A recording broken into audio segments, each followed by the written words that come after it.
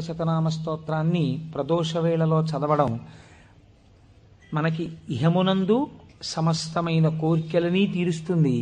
పారలౌకిక సుఖమును భగవంతుని యొక్క అనుగ్రహాన్ని మన యందు ప్రసరింపచేస్తుంది. నిన్నటి రోజున శివనామం గురించి మీతో కొంత నేను ప్రస్తావన చేసి ఉన్నాను.